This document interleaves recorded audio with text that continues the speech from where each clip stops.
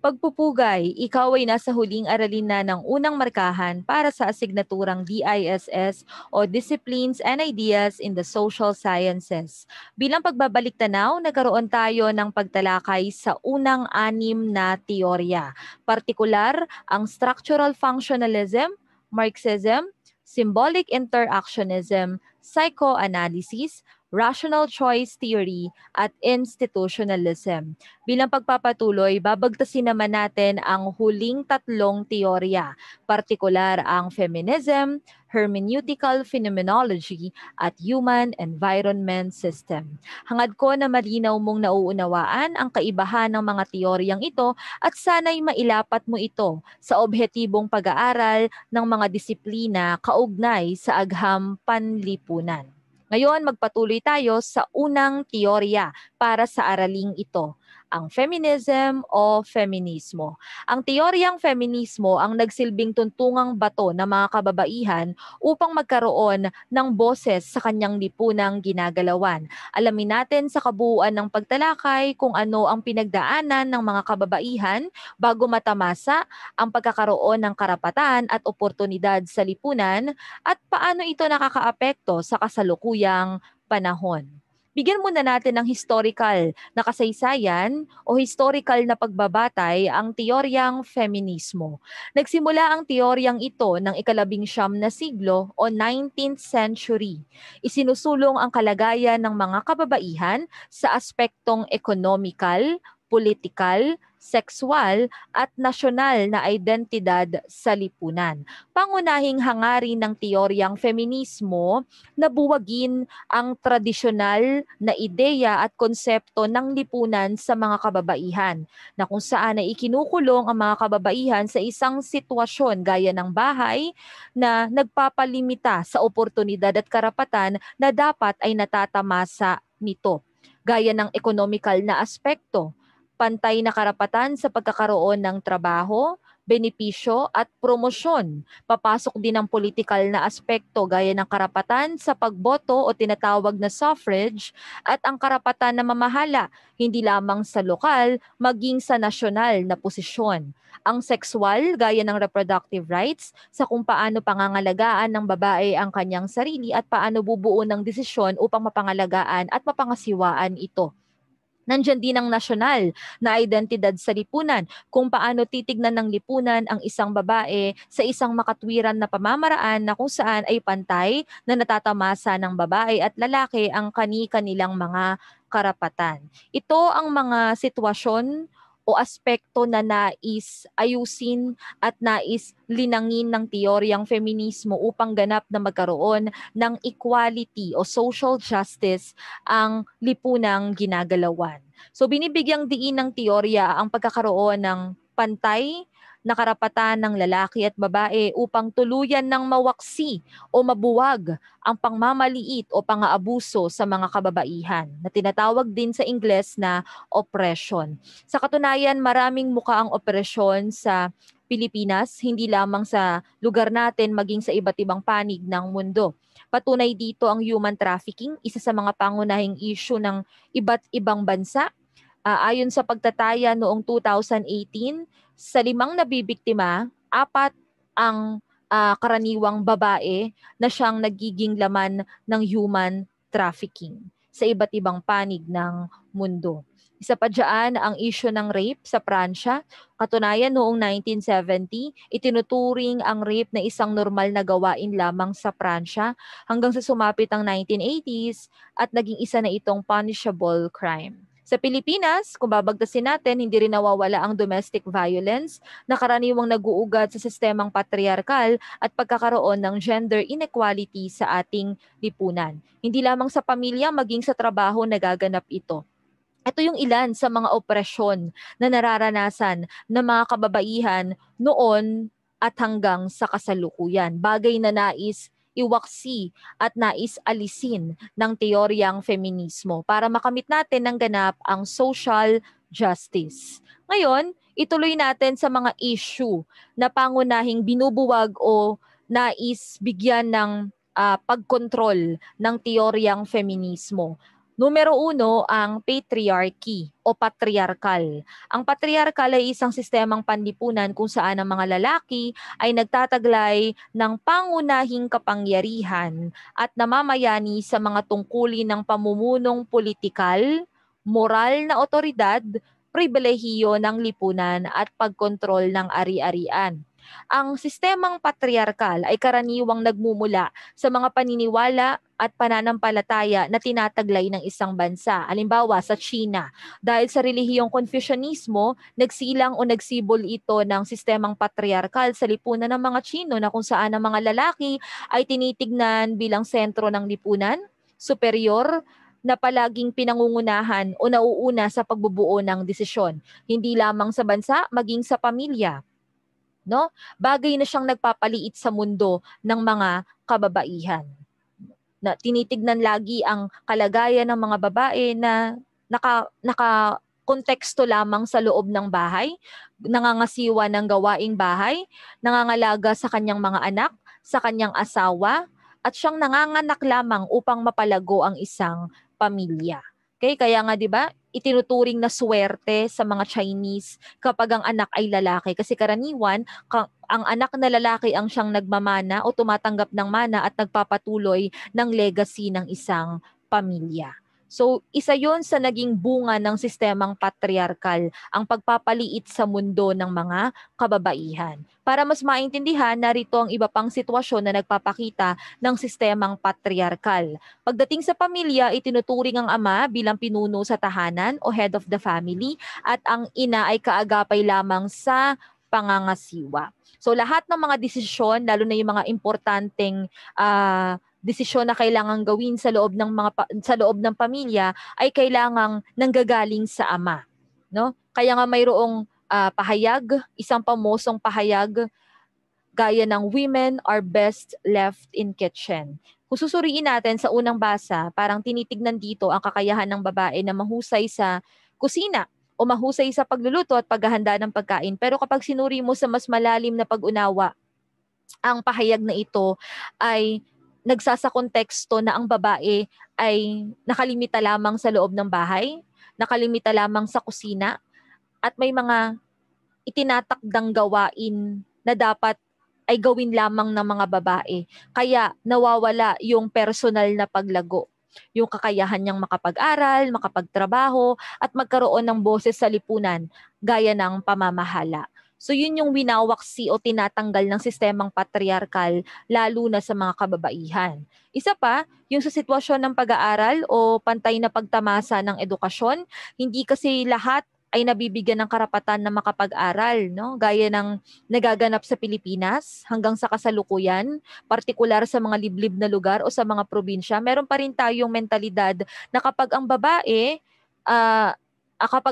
nakapagtapos na ng high school o elementarya, sapat na yun kasi sa bandang huli, magkakaasawa rin naman, magkakaanak at mananatili lang naman sa bahay. Tanging lalaki lamang ang dapat na magpatuloy sa pag-aaral dahil siya ang bubuhay sa kanyang pamilya. So may mga ganun pa rin tayong pananaw hanggang sa kasalukuyan, no? Kaya nga nakokontrol nito yung personal na paglago ng mga babae.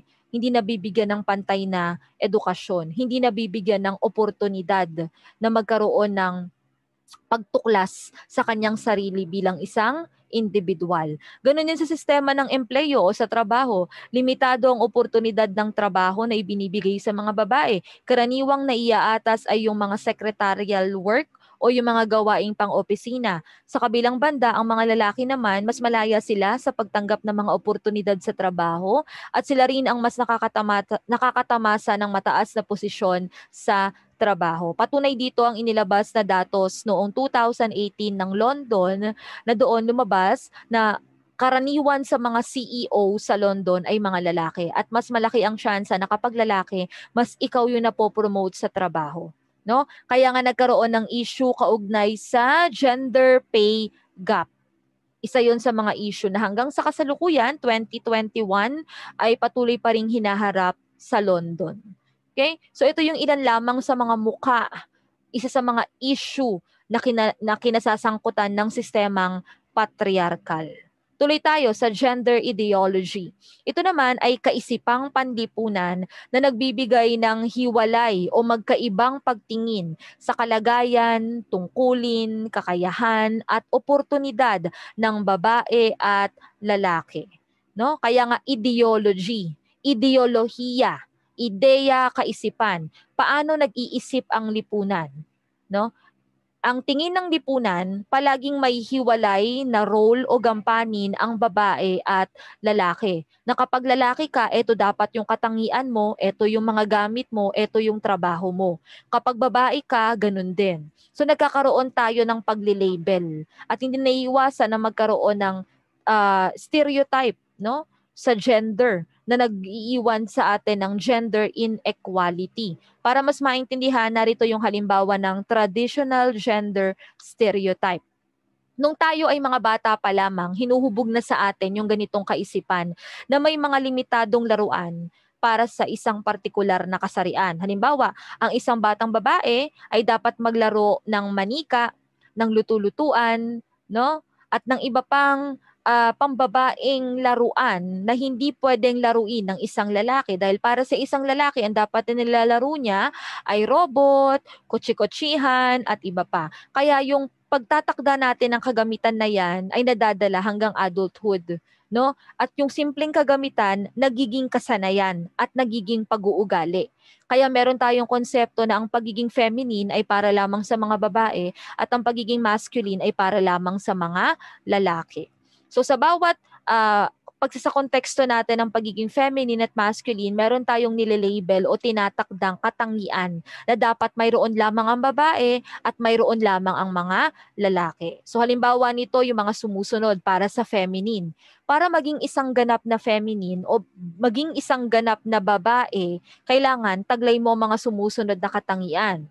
Ko? So nandiyan ang mga katangian gaya ng not aggressive, dependent, easily influenced, submissive, passive, home-oriented, easily hurt emotionally, indecisive, talkative, gentle, sensitive to others' feelings, very desirous of security, cries a lot, emotional, verbal, kind, tactful, nurturing. Kung mapapansin ninyo, sa kabuuang personality ng isang feminine, makikita natin na napaka-soft ng personality, no? Doon pa lang sa konsepto ng pagiging submissive, no? At passive, kailangan tanggap ka lang ng tanggap sa kung ano ang ibibigay sa iyo. Maaaring isa rin ito sa nakaapekto sa kung paano tinitignan at binibigyan ng oportunidad ang mga babae sa kasalukuyang lipunan. Pagdating naman sa masculine, ito yung mga katangian ng isang lalaki na dapat taglayin. Aggressive, independent, not easily influenced, dominant, active, worldly, not easily hurt emotionally, decisive, not at all talkative, tough, less sensitive to others' feelings, not very desirous of security, rarely cries, logical, analytical, cruel, blunt, and not nurturing. Kaya nga meron tayong kaisipan sa Filipino, di ba? Na ang mga lalaki hindi daw umiiyak. Kapag ang lalaki ay umiyak, duwag, no? So may ganun tayong kaisipan. Kasi ang nabuo sa atin, ang pagiging masculine dapat strong ang personality mo. Dapat ikaw yung nagsisilbing leader, ikaw yung nag-handle, lalo na sa relasyon, no? Si babae ang siyang tatanggap, siya lamang ay taga-receive na kung anong ibibigay sa kanya ng lalaki. So nagiging dependent nga talaga ang babae at nagiging independent ang lalaki pagdating sa relasyon, maging sa iba't ibang sitwasyon. Kasi ito yung itinatakda sa atin ng lipunan. Ito yung katangian ng pagiging feminine at masculine na itinatakda lamang natin sa isang partikular na kasarian. Bagay na nais buwagin ng teoryang feminismo. Okay? At dahil dyan, nagkaroon ng iba't ibang yugto o iba't ibang saklaw na panahon kung kailan lumaban ang mga feminista para isulong ang karapatan ng mga kababaihan para sa pantay na pagtamasa nito. Kaya meron tayong tinatawag na waves of feminism. Ang simbolismo ng wave dito ay patungkol sa period of time o saklaw na panahon kung gaano katagal nakipaglaban ang mga feminista. So sa kabuuan, meron tayong 3 waves of feminism. Unahin natin sa first wave of feminism na nagsimula ng 19th and early 20th century. So dito naman, sa yugtong ito, nakasentro ang mga kababaihan sa mga legal issues gaya ng ownership o pagmamayari, suffrage o pagboboto, at sa political na aspekto ang pamamahala. Okay? Sa panahon ding ito, nabigyan ng pagkakataon ng mga kababaihan na magtrabaho sa pabrika na nagbukas ng oportunidad sa iba't ibang trabaho. Noong unang digmaang pandaigdig o World War I, karamihan sa mga lalaki na ipadala sa digmaan. No? Kaya nagkaroon ng bakante o puwang ang mga posisyon sa trabaho. Isa na nga dito ang posisyon sa pabrika. No? Nagkaroon ng mga bakanteng pagkakataon para sa mga kababaihan na magtrabaho at yung mga babae ang siyang tumugon sa mga puwang na ito, no? Mga babae ang siyang nagtrabaho sa mga pabrika na siyang nagbukas din ng maraming pinto ng oportunidad sa mga babae na magkaroon pa ng mas mataas na posisyon sa trabaho. So nakatulong din dito yung naging sistema sa World War I. Okay? At nagpatuloy ito sa second wave of feminism ng 1960 to 1980. Kung nung first wave of feminism, mga legal issues ang pinag-uusapan, no? Karapatang makaboto, pamamahala, pagmamayari. Ngayon naman, sa bahaging ito, civil rights movement, mga kilusan na nagtataguyod sa mga kababaihan.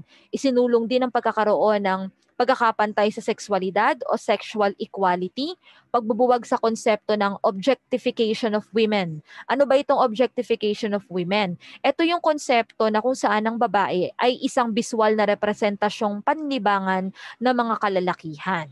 Naging controversial dito ang mga kaganapan sa beauty pageant kasi para sa mga ilang civil rights movement, nakikita nila na ang beauty pageant ay nagpo-promote ng objectification sa mga kababaihan dahil nga pinagbabatayan ang pisikal na hulma ng katawan o pisikal na kaanyuan ng katawan. Ito yung nagiging representasyon ng isang babae na nagbibigay ng pleasure o pansamantalang libangan sa mga lalaki. Bagay na nais buwagin ng ikalawang yugto o second wave of feminism. At syempre, ipinagpatuloy nila yung pagkakaroon naman ng equal pay sa trabaho. So dahil mayroon ng puwang sa trabaho, mayroon ng chance sa mga kababaihan na makapagtrabaho dahil nga umalis ang mga kalalakihan noong World War I sa mga pabrika dahil kailangan sila sa digmaang aspekto. Okay, ngayon naman sa second wave, ang gusto namang ilaban ng mga kababaihan ay yung pantay na oportunidad pagdating sa benepisyo at pasahod sa trabaho. Okay? Sa third wave naman, ito ay pumapasok sa saklaw na panahong 1990 hanggang sa kasalukuyan, binibigyang diin naman ang kaibahan ng gender at sex. So mamaya pag-uusapan natin yung kaibahan nito. Pero para sa pahapyaw na impormasyon, ang sex ay nakadepende sa biological aspect ng isang tao o kung paano nabuo ang kanyang kaanyuan bilang isang individual. Samantalang ang gender naman ay mula sa sosyal at kultural na konstruksyon ng lipunan. Okay? Binubuwag din yung rape culture, no? Yung konsepto ng rape culture o yung victim blame na nangyayari na kapag ang isang babae ay ginahasa o nakaranas ng pang-aabuso, kalimitan yung biktima pa ang sinisisi dahil sa hindi iningatan ng sarili, hindi nag-ayos ng maayos, o hindi pinresenta ng maayos sa pananamit ang kanyang sarili, kaya daw nare-rape. Yun yung konsepto ng rape culture. Lalo na sa Pilipinas, maingay na issue yan, no, sa social media. At patuloy pa rin binubuwag ito ng third wave of feminism. At syempre, ang simbolismo ng feminismo ay mas lalong pinaigting ang kahulugan nito sa lipunan. No? Mas pinalakas yung esensya ng mga kababaihan at may mga konsepto na tuluyan ng sinisira o tinatanggal sa lipunan gaya ng pag-aasawa at pag-aanak, no? may bahagi kasi sa norms o sa pamantayan natin dito sa Pilipinas, maging sa ibang bansa na rin, na kapag babae ka, nagiging ganap kang babae kapag may anak ka o kapag may asawa ka. No? So dito pinopromote na natin na ang pagiging isang babae ay pwedeng mangyari sa sarili mo mismo, hindi sa kung ano ang pwedeng maibigay sa iyo ng mga tao sa paligid mo. So isa yon sa pangunahing binibigyang pansin sa third wave of feminism. Ngayon, ituloy natin sa historical na pinagmulan ng teoryang ito. Sino ba ang mga dalubhasang nagpasimula at nagtaguyod ng teoryang feminismo? Siyempre, hindi mawawala si Mary Wollstonecraft, no? Si Mary Wollstonecraft ay ang may akda ng aklat na A Vindication of the Rights of Women. Ang konteksto ng aklat na ito ay nakatuon sa halaga ng edukasyon na dapat ay tinatamasa ng mga babae kasi naniniwala si Mary Wollstonecraft na sa pamamagitan ng edukasyon, nagkakaroon ng social position ang mga kababaihan sa lipunan. Okay? Yung pagkakaroon niya ng degree, ng educational background, ang siyang magluluklok sa kanya para magkaroon ng tugon sa political na pangangailangan ng isang bansa. So isinakonteksto rin ni Wollstonecraft ang human rights na binuo ni John Locke. At doon binigyang pansin niya na ang konsepto ng karapatang pantao ay hindi lamang dapat nakakonteksto o nakakulong sa mga kalalakihan. Ito dapat ay pantay na natatamasa maging ng mga kababaihan. Ano yung mga karapatan na yon? Nandiyan ang pagmamay-ari, pagboto, at pagbubuo ng desisyon sa buhay. Isinabay ni Mary Wollstonecraft ang pakikipaglaban na ito sa panahon ng French Revolution. Okay?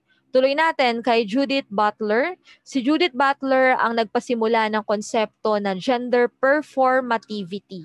Okay? So dito binigyang pansin niya ang kaibahan ng sex at gender.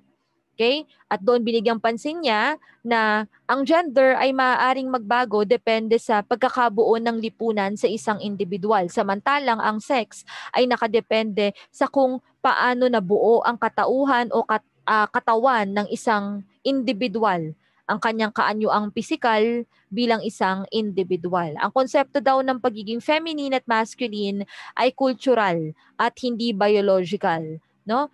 Ang pagiging feminine ay hindi lamang dapat ikulong sa isang babae at ang pagiging masculine ay hindi lamang dapat itakda sa isang lalaki. So doon, mas pinalawak niya yung konsepto ng gender. Kaya nga performativity. So nakadepende ang gender sa performance ng isang tao sa kung paano siya kumikilos o nagbe-behave o umaasal sa isang partikular na sitwasyon. So narito yung mas mabisang pagpapaliwanag sa dalawa. So nakikita ninyo ang kaibahan ng sex at gender. Pag sinabing sex, papasok dyan yung biological aspect gaya ng chromosome, sex organs, at hormones. No? Ito yung bumubuo sa katawan natin bilang isang individual. Kaya kapag nagtatakda tayo ng sex, maaari tayong gumamit ng salitang male, female, or intersex para sa pagle-label ng sex. Sa gender naman, ang gender naman ay nakatuon sa socially constructed and enacted roles and behaviors. So ito, posibleng magbago. Depende sa pagkakahulma ng lipunang ginagalawan. So dito papasok yung konsepto ng masculine and feminine. Pati na rin yung gender non-conforming. Pag sinabing gender non-conforming, ito yung sitwasyon na hindi tumutuon o hindi umaayon ang pagiging masculine sa lalaki at ang pagiging feminine sa babae. No? So yun yung konsepto ng gender non-conforming. Halimbawa, ang isang babae ay naglalaro ng kotse-kotsihan na tinitingnan bilang masculine. At ang isang lalaki ay naglalaro ng bahay-bahayan o ng manika na tinitignan bilang isang feminine. So hindi tumutugon sa isa't isa. No? So pag naglalagay tayo ng label para sa gender, gumagamit tayo ng salitang man, woman o iba pa mula sa konsepto ng LGBTQ. So yung gender ay nabubuo sa pamamagitan ng mga sumusunod na dahilan o salik. Nandiyan ang construction. Ang construction o pagkakabuo ng mentalidad natin ay nanggagaling sa ating lipunan. Papasok na dito ang pamilya, kaibigan, kamag-aral, guro galing sa paaralan at iba pa. iba pang grupo ng tao na may direktang connection sa atin. Kung ano yung minulat sa atin ng ating mga magulang o ng mga tao sa paligid natin, yun yung nako-construct o nabubuo sa ating pag-iisip para sa ating gender. So yung gender ay maaaring galing sa construction. Pwede rin galing sa performance. Pag sinabi namang performance, ito yung kilos, yung asal ng isang individual. Kung ang construction ay nakadepende sa mentalidad o pag-iisip, yung performance naman nakadepende sa kung ano na yung ipinapakita natin sa tao. Nakaraniwang nilalapatan ng repetition. Pag sinabing repetition, ito yung paulit-ulit na ginagawa mo o yung nakakasanayan mong kilos bilang isang individual. Okay? So may posibilidad daw na nagbabago ang konsepto ng pagiging feminine at masculine sa sex ng isang tao. Lalo na kung ang background niya ay naiiba. Halimbawa, kapag ang isang babae ay may mga kapatid na puro lalaki, may posibilidad na yung pagiging masculine ng mga lalaki na-adapt niya. Nagiging bahagi ng kanyang performance. Kasi hindi may iwasan na talagang maganap yung repetition dahil lagi niya nakakasama yung mga kapatid niyang lalaki. Vice versa, ganun din sa mga babae, no? Kapag ang isang lalaki naman ay nabuhay sa isang pamilya na karaniwan, lahat ng mga kapatid niya ay puro babae, yung pagiging feminine ng kanyang mga kapatid na babae, na-adapt niya. Nagiging bahagi ng kanyang construction sa pag-iisip at ng kanyang performance ayon sa kanyang ikinikilos. No? At papasok na rin dito ang expectation. Ang expectation o yung pamantayang isiniset o binibigay sa atin ay karaniwang nanggagaling sa media. Mapa-mass media, print media o social media. Okay? Sila yung nagbibigay sa atin ng imahe sa kung paano kumikilos ang pagiging masculine at ang pagiging feminine. So maliban sa religion, malaking factor din ang media. Halimbawa, sa mga pinapanood nating teleserye, sa mga drama o love story, karaniwan, kapag nagkakaroon ng problema sa pag-ibig, papasok dyan yung third party. At palaging si lalaki ang nagkakaroon ng ibang karelasyon. Samantala, si babae may iwan na tila siya ang nagiging biktima. No? So mayroon tayong ganitong mentalidad na palaging si babae ang sinasaktan at si lalaki ang nananakit. Isa yon sa mga ekspektasyon o pamantayan na binibigay sa atin ng media sa negatibong pamamaraan. So sana sa mga susunod na yugto o sa mga susunod na henerasyon, gamitin natin ang mga platapormang ito sa mas mabisa at mas mabuting pamamaraan. Okay, so ito yung kabuuang pag-aaral ni Judith Butler para sa konsepto ng sex and gender. Okay, so ito yung pagpapaliwanag para sa gender performativity. Huwag kalilimutan ang construction, performance, at expectation na siyang bumubuo sa ating gender bilang isang individual. Ngayon, ituloy natin sa kritisismo ng teorya. Hindi pa rin maiiwasan na magkaroon ng mga anti-feminist, no? O anti-feminism para sa teorya mismo na hindi sang-ayon sa inilalaban ng teoryang feminismo. Una, napansin nila na hindi naisa konteksto ang halaga ng equality dahil naisasawalang bahala ang karapatan naman ng mga kalalakihan, no? Tinanggal sa lipunan ang mga lalaki at inangat ang mga babae. Kaya ang resulta nun, nagkakaroon pa rin ng oppression. Nawawala naman ang pantay na karapatan para sa mga lalaki. Kaya ang isinusulong ng mga anti-feminism dapat equality and not create a new form of oppression. Kaya ang tanong dyan, feminism ba o equalism ang dapat na itinataguyod ng mga kababaihan? Kasi parang hindi pa rin nawala yung patriarchal eh. Hindi pa rin nawala yung pagiging mataas ng isang persona sa lipunan. Tinanggal lang yung lalaki, nilagay lang yung babae. Dahil sa feminismo, nakikita ng mga anti-feminists na ginagawa naman ng babae na sentro ang kanilang sarili pagdating sa lipunan. So walang equality para doon, no? Isa sa mga nakitang kahinaan dito yung halimbawa o uri ng feminismo na tinatawag na radical feminism. Sa katunayan, maraming uri ang feminism. Mayroong social, liberal, and radical feminism. Pero mag-focus tayo dito kasi isa ito sa mga controversial. Ang radical feminism ay uri ng feminismo na nag-aalis ng pagkakataon sa mga kalalakihan sa aspektong economical, political, at kultural ng lipunan. Kasi nakatuon o nakafocus ang ideya sa pagkakaroon ng halaga ng babae sa lipunan.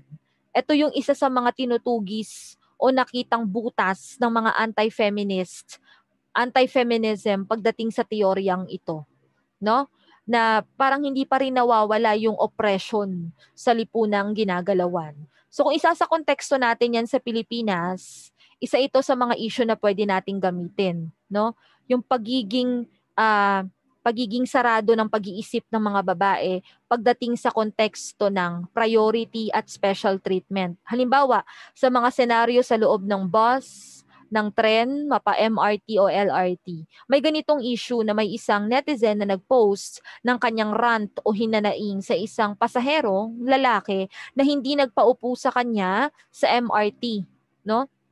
So hindi ko nababasahin yung buong nilalaman ng kanyang rant. Isa sa konteksto ko na lang. So ayon sa kanya, ayon sa netizen na nag-post, hindi daw siya pinaupo, no?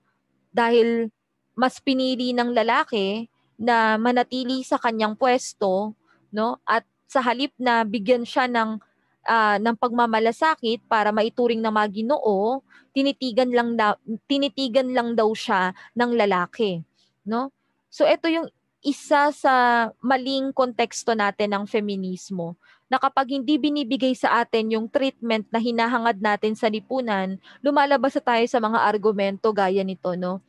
Sana hindi yan gawin sa nanay mo. Sigurado naman mayroon kang mga kapatid na babae, mayroon kang nanay na ganito, ganyan. So lumalabas tayo sa argumento at hindi natin nakikita yung isang bukas na sitwasyon na ang pagkakaroon ng oportunidad ay hindi palaging nakadepende sa kasarian, no? Masyado nating ginugutom ang sarili natin bilang mga babae sa konsepto ng special treatment na taliwas sa inilalaban ng feminism. Kasi ang gustong ilaban ng feminismo, ipakita na kaya nating makipagsabayan bilang isang babae, na kaya nating maging independent, na hindi dapat tayo bine-baby ng lipunan.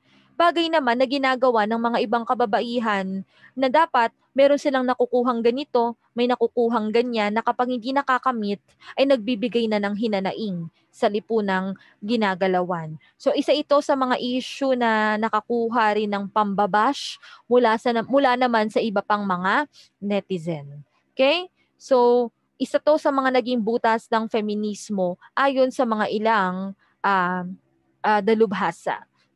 Pagpapatuloy natin ang sumunod na teorya sa susunod na video na inyong mapapanood. Okay? So hangad ko na naging malinaw sa iyo ang nilalaman ng teoryang feminismo at kung paano ito hininog ng panahon. Okay? Magpapatuloy tayo sa kasunod na aralin. Salamat sa pakikinig.